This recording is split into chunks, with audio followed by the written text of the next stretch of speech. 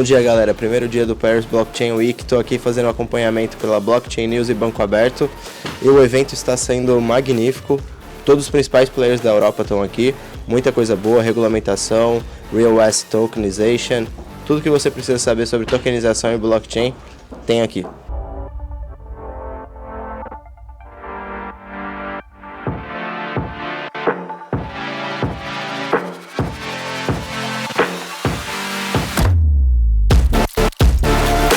Primeira entrevista no Paris Blockchain Week e tem que ser com brasileiro. Tem que ser o brasileiro renomado, que tem aí um espaço gigantesco internacional. É o Rob, ou Rob, se a gente for falar em português, né? Bora lá, explica um pouquinho mais sobre a sua carreira, como que foi fazer essa transição de 18 anos no mercado tradicional, indo para criptoativo e agora na Stellar. Com prazer, não. Enfim, como isso vai aparecer no Brasil, o Rob ou Rob, ninguém me chama assim lá. Lá o apelido é Beto e o nome é Roberto, mas aqui ficou mais fácil chamar de Rob, porque senão trava o Roberto, né? O nosso R trava o anglofônico. Não, de fato, obrigado pela pergunta. Assim, a minha carreira não muito planejada, mas começou no mercado financeiro, na parte de tecnologia. Então, tive o privilégio de trabalhar em grandes nomes como o Citi, o Sicredi, na parceria com o Rabobank e outros bancos, e sempre fui fascinado pelo mercado financeiro. Fui desde o nível de agência, operação de numerário, até a parte de inovação e banco digital. Então foi um histórico muito bacana, mas nos últimos, acho que ali entre 2013 até 2016, quando eu fiz a transição mais ou menos, eu já estava muito focado em inovação bancária, né? Essa parte de inovação. O Brasil sempre foi um país que às vezes a gente não dá valor, mas é muito inovador no mercado financeiro, né? O Pix é só o último exemplo, mas a gente tem uma série de outros exemplos. O próprio TED é inovador, o DDA. O Banco Central ganhou o prêmio agora, né? Sim, de melhor, mais inovador do ano. Então, em resumo, assim, eu estava muito interessado nessa área, tive a oportunidade de lançar alguns projetos, alguns experimentos nas empresas que eu trabalhei, na parte de inovação, de banco digital, e aí inevitavelmente blockchain era um assunto que sempre surgia já nessa época, né? Já tinha uma atração boa ali em 2017, especialmente quando foi o primeiro boom, né? E aí eu comecei a pesquisar por conta desse assunto, e aí em 2017 mesmo eu fui convidado pela Deloitte para integrar o time deles de inovação financeira, e lá dentro tinham várias verticais, uma delas era cripto. Eu falei, olha, eu gostaria de trabalhar aqui. E quando você fala cripto, a gente está falando de cripto native, assim, ou mais tokenização de real world assets? Na época, honestamente, não existia o conceito de real world assets. Em 2017, eu acho que tinha muito a ideia de o que é a tecnologia blockchain e como que isso poderia ajudar o mercado financeiro a habilitar duas coisas. Eu acho que é transações 24/7, né, em tempo real, e a questão de contratos inteligentes, que eu ainda acho que a gente está, assim, tem muito por fazer, né? Isso mas a gente vai falar um pouquinho melhor também da Stellar sobre o lançamento que teve aqui no evento. Com prazer. Mas eu já vi que eu estou me alongando, mas aí naquela época, dentro da Deloitte, eu me aprofundei e acabei virando um ponto de referência para bancos nessa área de blockchain e coisa e tal. Acho que era muito cedo, mas foi legal fazer um processo de networking. E daí, a partir dali, acabei participando do lançamento de uma startup no Canadá, e aí essa startup tem uma parceria com a Stellar, e em algum momento a gente achou que fazia sentido. Qual era o nome da startup? Chama Stablecorp, ela tem uma outra operação chamada Grapes, que é uma wallet, mas a Stablecorp é uma empresa licenciada no Canadá para fazer pagamentos B2B, agora B2C, usando stablecoins, e ela é emissora de uma stablecoin de dólar canadense licenciada pelos reguladores apropriados lá. E Canadá é um lugar com uma regulamentação bem rígida, né, com relação a cripto. Ela é um pouco, talvez, fornece ali uma ajuda maior com relação à inovação, mas quando a gente fala de custódia, por exemplo, tem alguns detalhes como... Eles exigem um custodiante qualificado e uma licença para isso, né? Agora acho que os outros países estão seguindo essa linha, inclusive a Stablecorp usa, acho que não é mais o único, antigamente era o único, agora tem 2 custodiantes qualificados no Canadá, e ela usa um desses 2 para custodiar sua reserva própria, né? O seu buffer de emissão, vamos dizer assim.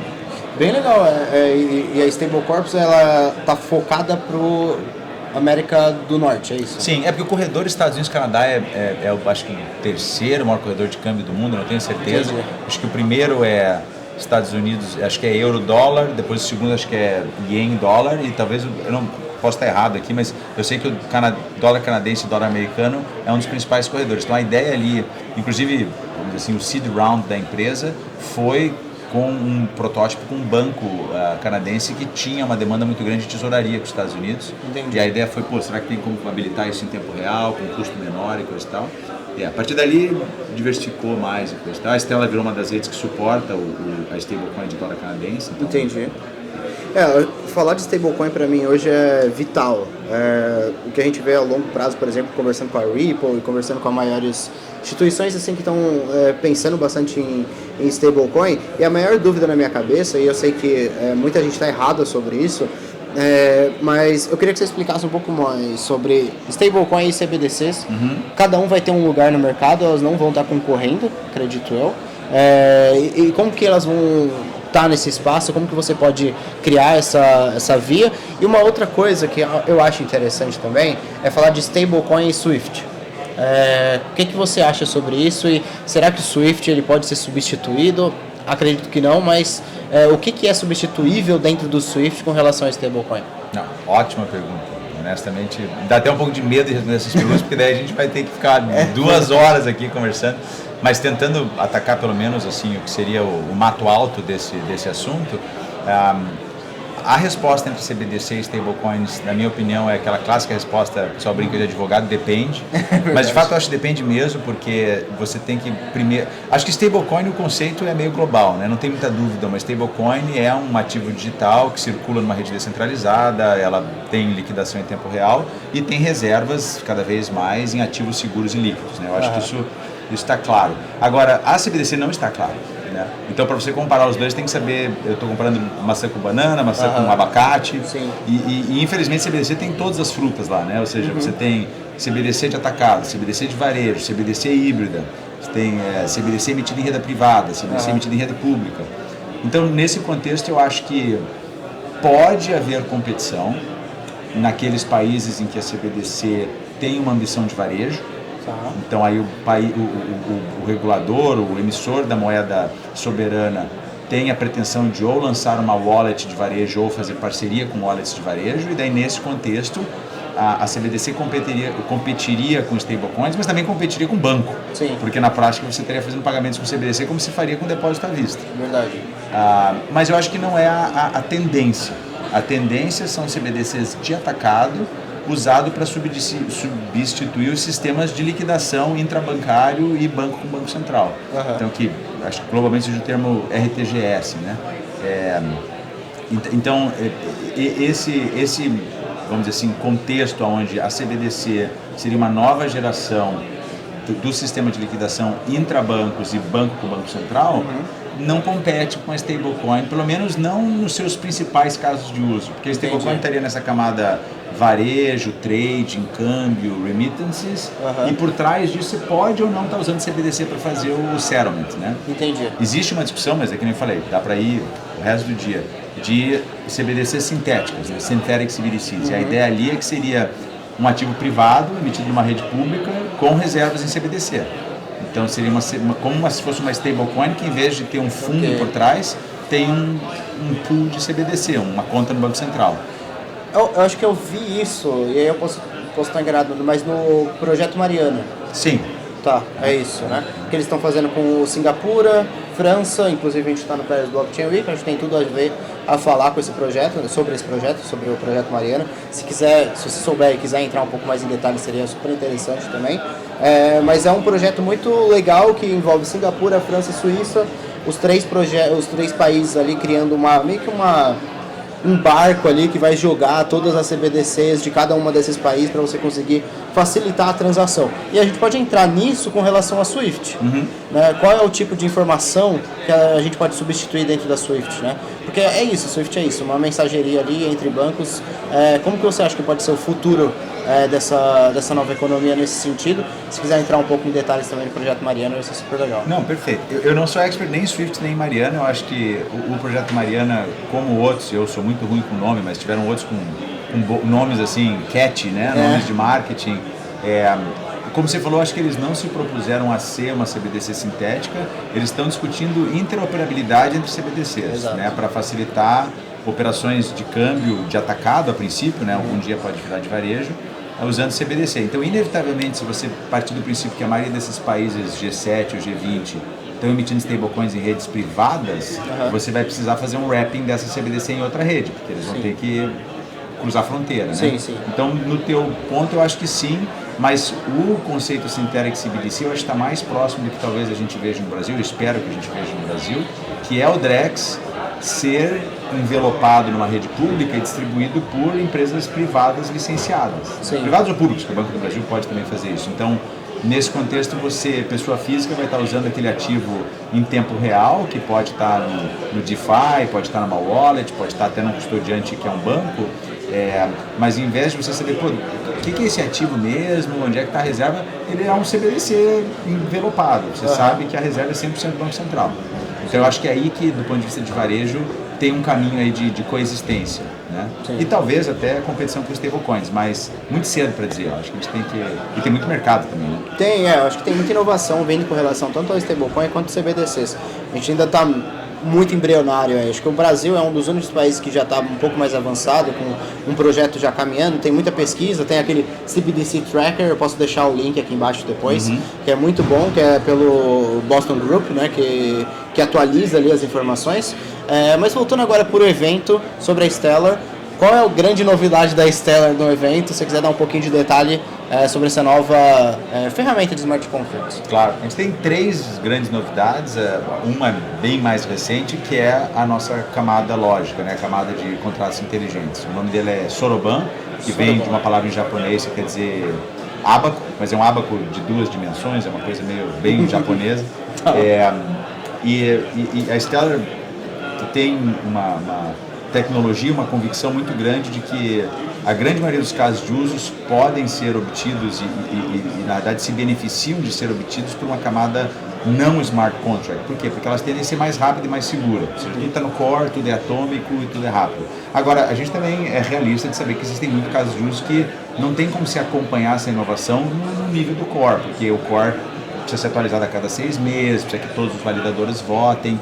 Então a gente criou essa camada para a inovação poder fluir mais espontaneamente, vamos dizer assim. Então o Soroban foi lançado há 3 meses atrás, agora ele está sem restrição de banda, então antigamente a gente estava tomando cuidado para ver como é que ia ficar a demanda, a carga nos nós, né?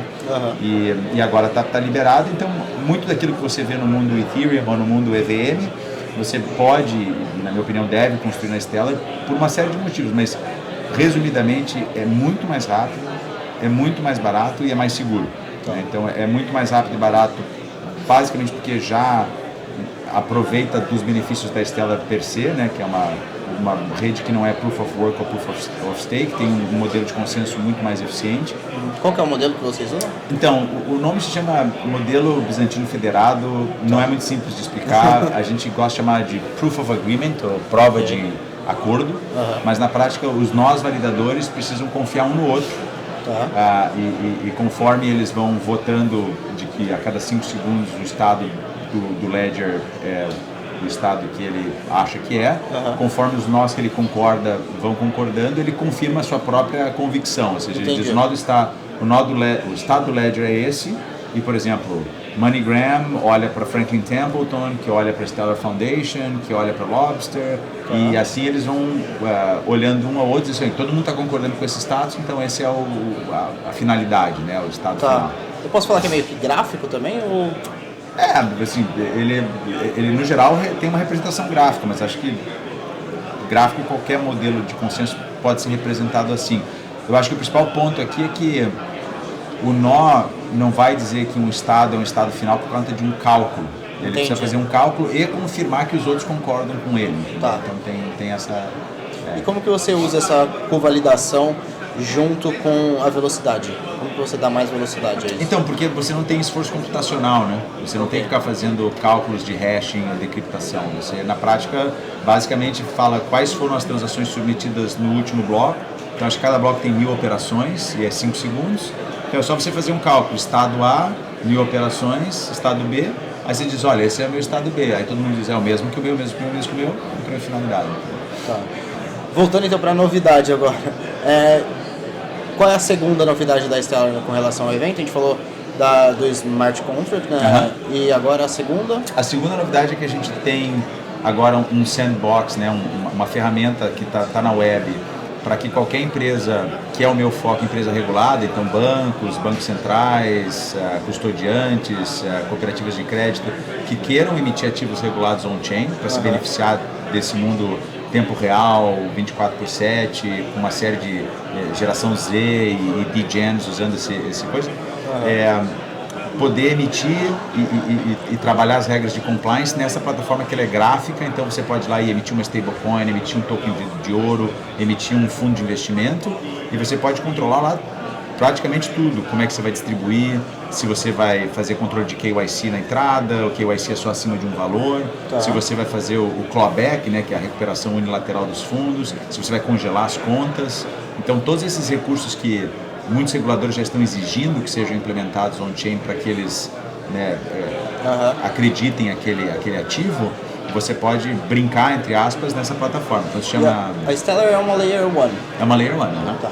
Legal. Então esse sandbox nada mais é do que uma aplicação construída em cima do Layer 1 e isso é só uma das, vamos dizer assim, nossas comissões de frente para divulgar essa vertical, que é a vertical que eu lidero hoje na Stellar, referente a ativos regulados, e a gente tem uma equipe multidisciplinar para apoiar bancos centrais a emitirem esses ativos, mas às vezes é complicado explicar isso numa reunião, então agora é assim, se você preferir uma rota self-service, você vai lá, brinca, emite, transfere e coisa e tal. E a gente já tem visto bancos fazendo isso porque a gente sabe quem está usando. Legal. E a terceira novidade é? A terceira novidade, na verdade, é mais o crescimento do nosso projeto humanitário. Então, a gente tem um projeto com as Nações Unidas que agora está expandindo para...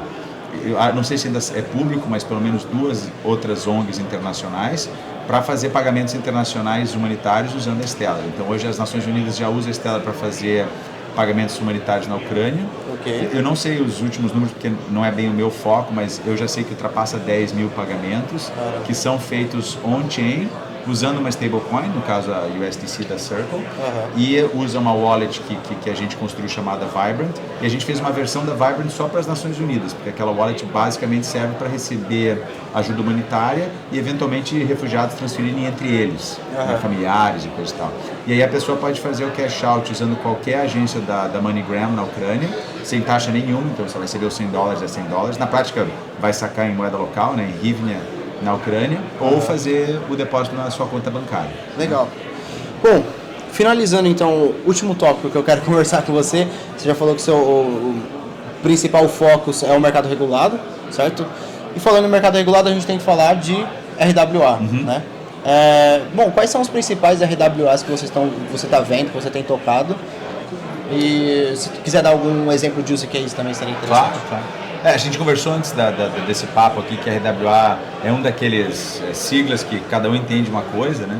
Então a gente acabou meio que desencriptando essa sigla internamente para a gente saber do que a gente está falando. RWA na Stellar, a gente está falando de ativos que as pessoas compram com alguma expectativa de lucro e que são regulados. Sim. Não necessariamente são derivativos, ou pelo menos o conceito de derivativo no Brasil é um pouco diferente, mas não são securities, porque elas podem ser commodities como ouro, como platina, como prata, mas são produtos que você não compra só para fazer pagamento, porque não é tão líquido assim, né? Sim. E dentro dessa mesma vertical de RWA, a gente tem os ativos de pagamento, que são ativos líquidos, mas que não geram lucro, salvo que você esteja arbitrando em câmbio, mas lá a gente está falando de stablecoin, CBDC e depósito à vista tokenizado, que os bancos estão trabalhando. Então isso estaria na nossa guarda-chuva de ativos regulados, né? A parte de ativos de pagamento, eu acho que já tem uma atração há uns bons anos, né? Haja visto que agora a gente está com acima de 100 bi de stablecoin, a gente já tem mais de 1 bi de derivativos só nos Estados Unidos, metade disso na Stellar. E a gente tem a CBDCs lá que você falou que volume muito não tem, mas tem muito projeto, né? Então acho que essa parte de pagamento já está bem entendida. A parte de investimento é que eu acho que é a nova grande fronteira. Sim. E a visão da Stellar é começar simples, ou seja, começar com o que eles chamam de Money Market Fund, no Brasil seriam os fundos de renda fixa, né? E tokenização de dívida pública e privada, que basicamente são bonds, né? São títulos de dívida do Brasil, Debenture. Exatamente. CRI, CRA. Exatamente. Tá. E Por enquanto só ouro do ponto de vista de commodity, porque eu acho que os outros metais preciosos não tem tanta liquidez que precisa no sistema global, 24/7, mas é super bem-vindo se quiserem emitir, não sei, esmeralda, platina, prata na Stellar, né? Sim. Então esses os projetos que a gente está lidando hoje mais, e aí trabalhando com os bancos, o que seria o primeiro ativo que eles gostariam de tokenizar. A Franklin Templeton exatamente tokenizou o fundo de renda fixa de curto prazo deles. Eles né? têm uma stablecoin também, né? Não, a Franklin Templeton não, a Wisdom Tree tem, que é o nosso outro parceiro nos Estados Unidos. Então, a Wisdom Tree, eles foram muito mais ambiciosos, acho que eles começaram com 12 produtos, agora é 16. Caramba. Um deles é uma stablecoin em dólar, um deles é ouro. Tá. E aí eles têm uma diversidade de fundos, tem S&P 500, tem tesouraria do governo, tem... eu nem sei dos outros, para ser bem honesto. Tá. Então, o nosso foco em RWA hoje é desmistificar um pouco através do sandbox, através de documentação, white paper, eventos, e acompanhar na jornada esses agentes regulados para chegar até o final, para lançar o produto, ajudar no desenvolvimento da wallet. Esse é um ponto interessante, porque eu acho que tem muita gente que tem uma ideia na cabeça, formula como fazer, mas talvez falta ali entender que existem alguns desafios durante a produção e a concretização dessa tokenização ou de da venda desse RWA, né? Para você, qual seria o principal conselho que você daria para um banco, uma instituição, uma empresa que está começando a pensar, está começando a entrar em tokenização, mas precisa ter uma ideia antes de concretizar aquilo? Perfeito. Uma dica, eu acho que seria fale com um advogado, porque assim, é um mercado muito regulado, né? Uhum. Então, às vezes o cara pode ter uma ótima ideia e descobrir que no país dele não pode. É verdade. né? Então, eu acho que o primeiro ponto é, se a pessoa for um pouco mais autodidata, tem que ler as regulações vigentes, né? Especialmente as regulações de derivativos e as regulações de meios digitais. Porque às vezes existe países na África, por exemplo, que é proibido usar blockchain. Então, está bem claro se pode ou se não pode. E além disso, eu acho que é ter um pouco daquela visão que serve para qualquer tecnologia, que é tem alguém que realmente quer isso, porque assim, você pode dizer, não, eu vou pegar um fundo XPTO e tornar ele 24/7, qualquer um pode fazer trading contra stablecoin, mas tem alguém que quer fazer isso? Tipo, isso é realmente uma necessidade, entendeu? Para alguns fundos, liquidez imediata não é uma prioridade, né? Se for um fundo de longo prazo e coisa e tal. Então, eu acho que nesse roadmap de o que eu vou tokenizar, acho que a primeira pergunta é, os benefícios da tokenização faz sentido? E um último ponto, que eu acho que aí é um pouco puxando a sardinha para minha brasa, eu sempre esqueço qual é esse trocadilho, mas algumas instituições financeiras têm um pouco de, não vou chamar medo, mas desconfiança de falar com Layer 1s ou com fundações de Layer 1 como a Stellar. E existem várias outras por aí, né? Eu não posso falar pelas outras, mas também não tenho nada que desmereça as outras, né? Mas assim, a missão, pelo menos da nossa fundação, é ajudar de forma o quão neutra pode ser, no sentido de dizer assim, faz sentido, não faz sentido, né? A gente não vai querer vender alguma coisa que não faz sentido e depois ficar aguentando reclamação pro resto da vida. Então, a ideia é achar um ângulo que a tecnologia encaixe bem com o caso de uso, né? O mandato das fundações é ajudar essas instituições sem uma contrapartida financeira ou assinar um contrato. É assim, na verdade, a gente é self-funded, né? Ou seja, então acho que é um pouco também perder esse medo, acho que é bater na porta do Hyperledger Foundation, Stellar Foundation, as outras fundações e aí, qual é o que vocês estão fazendo, né? E qual que é bom, a gente está se estendendo muito no papo aqui, mas a última pergunta antes de a gente encerrar, qual é a conexão, a questão de interoperabilidade entre Stellar e Ethereum e outras Layer 1? Ainda é um espaço novo, eu especialmente tenho bastante interesse em interoperabilidade, estou em alguns comitês de interoperabilidade, com o Swift, por exemplo, com o pessoal da Ethereum Enterprise Foundation, que tem um primeiro framework de interoperabilidade. Nesse momento a gente tem alguns players, inclusive, eu acho que já são públicos, Allbridge, Axelar, fazendo a ponte Stellar Ethereum. A própria Circle é uma bridge, né? Porque você teria que usar um ativo do Circle, mas você pode fazer conversão instantânea usando a API para 12, 13 redes, eu já nem sei mais. Então, hoje eu acho que a gente tem meio que surfado o nosso próprio sucesso de ter emissores que são multi-chains e eles viram a ponte. Um desses exemplos é a Chainlink também, né? Sem dúvida, que é o CCIP, né? Isso, CCIP. E tem o CCTP da Circle e coisa e tal. Então, para não ficar aqui me alongando, eu acho que é muito importante, eu acho que a indústria está começando a se ligar que por trás da competição tem que ter colaboração para chegar nesse tipo de... Acho muito legal que a Swift já esteja indo para a terceira fase do Swift Connector, que é a camada de interoperabilidade on-chain, off-chain. E a gente está meio que metido em todos esses grupos, né? Para saber o que vai pegar. Eu estou muito animado para saber o que vai acontecer, para ser bem honesto. Eu acho que essa questão de interoperabilidade, e aí puxando a sardinha para o meu lado agora, quando a gente fala de compliance, por exemplo, um dos principais problemas, de acordo com o GAFI, desde o ano passado, é a interoperabilidade entre ferramentas de compliance. Então, um dos principais problemas que sempre existiu, na realidade, é the rising issue. Né? Então, a gente tem uma informação que está acontecendo na Ásia e precisa, ao mesmo tempo, ou em um curto período de tempo, ser informada na América Latina, por exemplo. Só que eles estão em fusos horários totalmente diferentes. E aí, uma questão de compliance você precisa informar o beneficiário, quem está recebendo, quem está enviando. O GAFI ele disse que o principal problema para regular a VASP é esse. Então, existe uma falta de interoperabilidade em compliance tools, em ferramentas de compliance.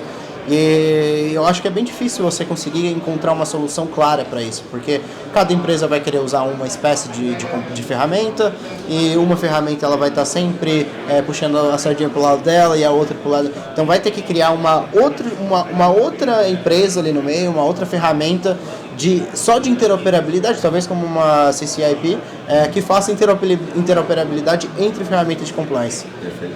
Não, faz todo sentido. Esse é outro mato, assim, né, pra gente entrar aqui muito longo, mas a Stellar já, muito antes da discussão de interoperabilidade, criou APIs padrões de KYC para remessa internacional. Então hoje tem mais de 40 agentes regulados na Stellar fazendo remessa internacional, e eles conseguem falar entre eles KYC de sender e receiver. Né? Caramba!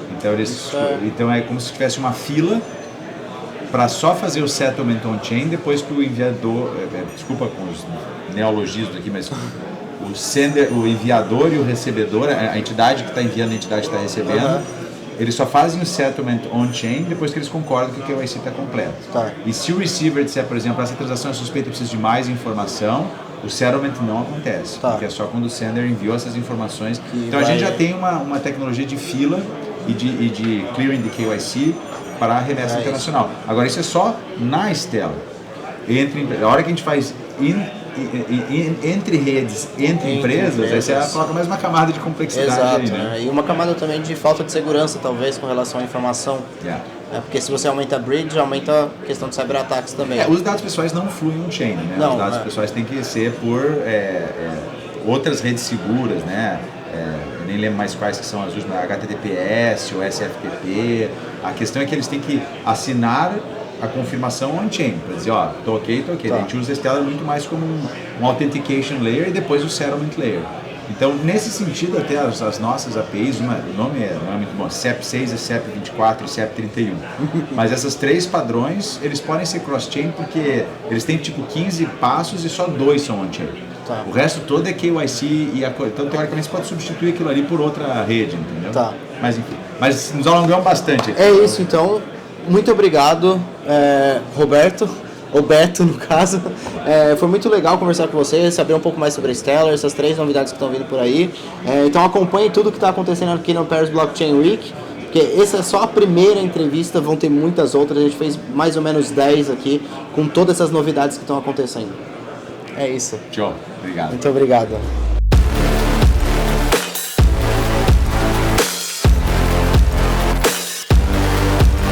Mais uma entrevista na Paris Blockchain Week e hoje com um brasileiro aqui da Hathor.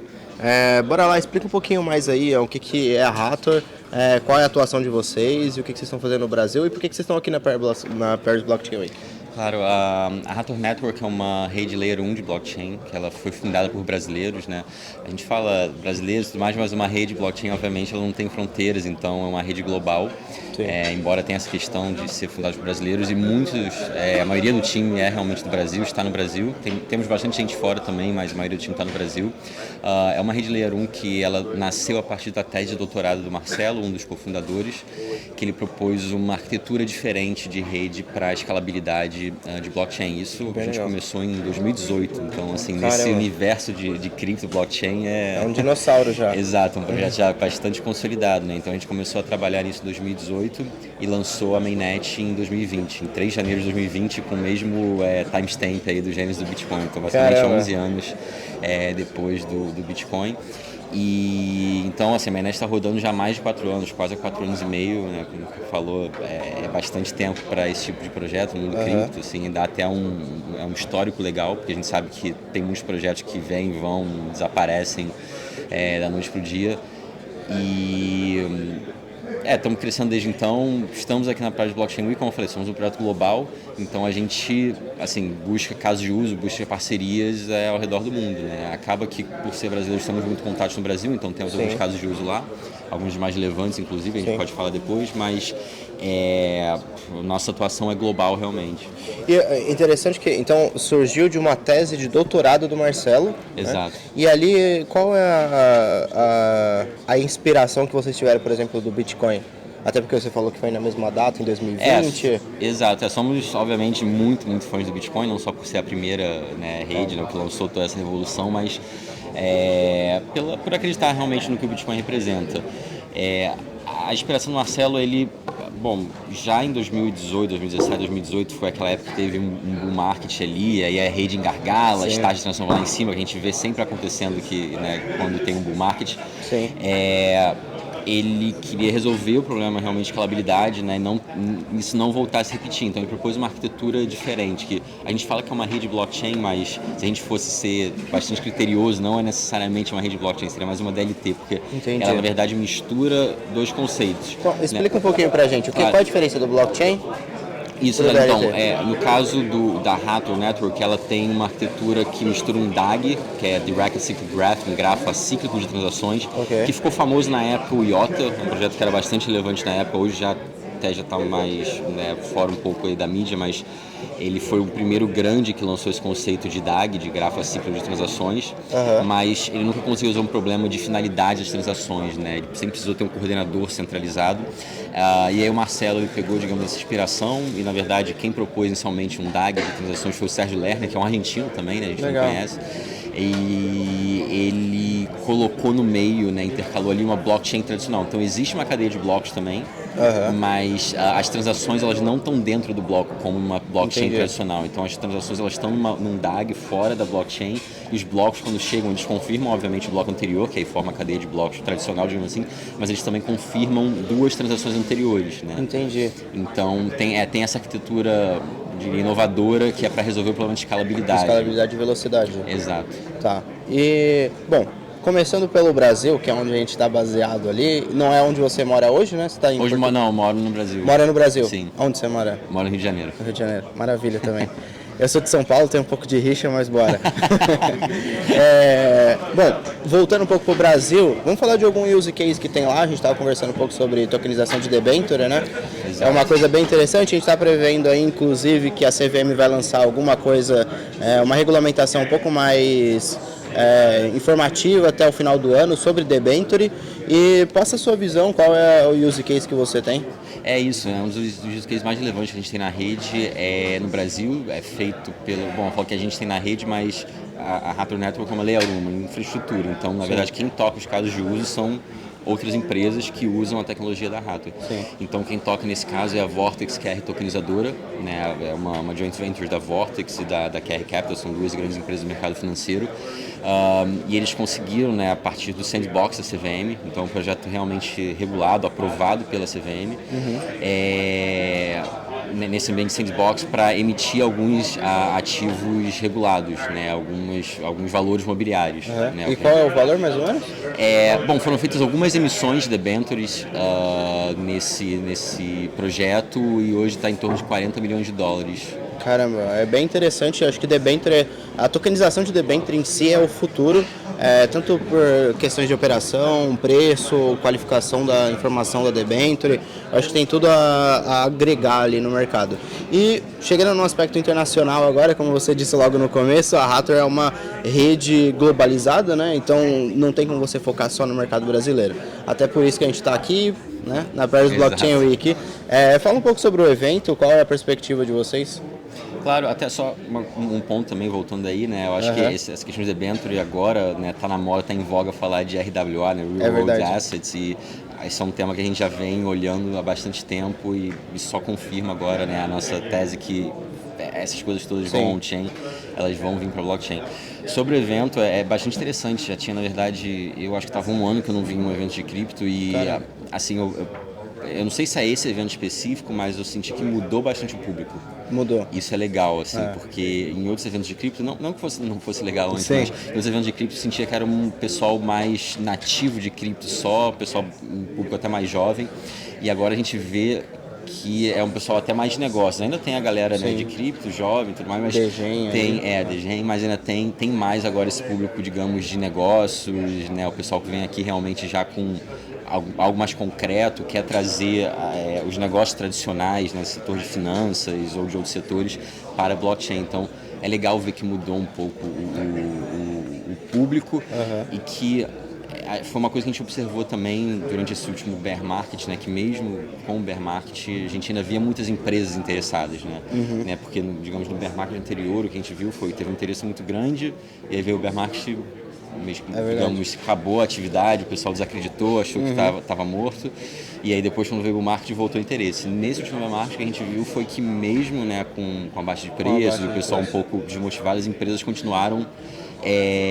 investindo, né? Você vê que no Brasil, por exemplo, que o pessoal sabe bastante, né? Todos os grandes bancos têm equipes de digital assets, continuaram investindo apesar da queda dos preços. Com certeza. Isso está se refletindo, eu acho, aqui no evento. Eu acho que a cada ciclo a coisa vem mais institucional. Então, falando hoje, se pegar 2024, eu acho que vai ser o ano da institucionalização da blockchain e de DLT e de todo o digital assets para dentro de instituições financeiras. E o que a gente pode visualizar de cada ciclo é que durante o bear market tem um espaço de construção muito grande, de investimento muito grande institucional, e depois durante o bull market parece que a coisa vai diminuindo, vai aumentando o user, né? Sim. Então mais criptonativo vai aparecendo e depois a mesma coisa, criptonativo some e aparece institucional. Então acho que isso faz parte do ciclo também, né? Sim.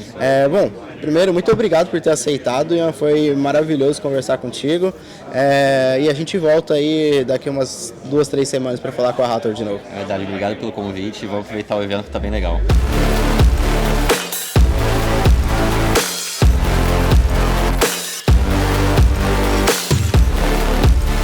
Marcelo, me conta um pouquinho mais o que a Cheesecake Labs faz.